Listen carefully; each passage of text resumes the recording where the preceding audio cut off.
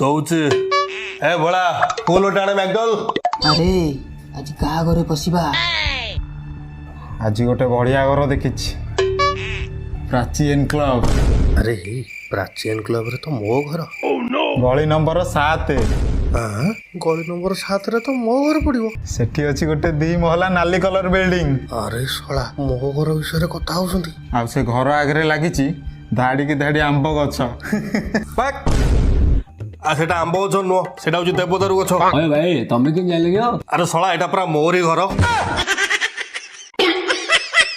କଇରେ ଶଳେଇ, ଶଳା ମୋରିଠୁ ମଦ କିଣିକି ପିଇବ, ଶଳା ମୋରି ଘରୁ ଚୋରି କରିବ। ଚାଲ ଶଳାଠୁ ଚାଲ।